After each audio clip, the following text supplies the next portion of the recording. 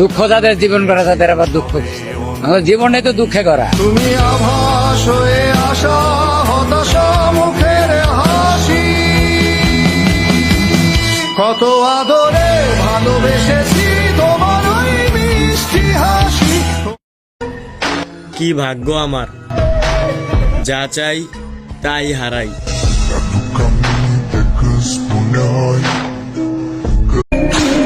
কখনো কখনো কিপটা বলে ডাকে আমার বন্ধুরা আমাকে, কারণ তারা আমাকে টাকা হিসেব করে চলতে দেখছে।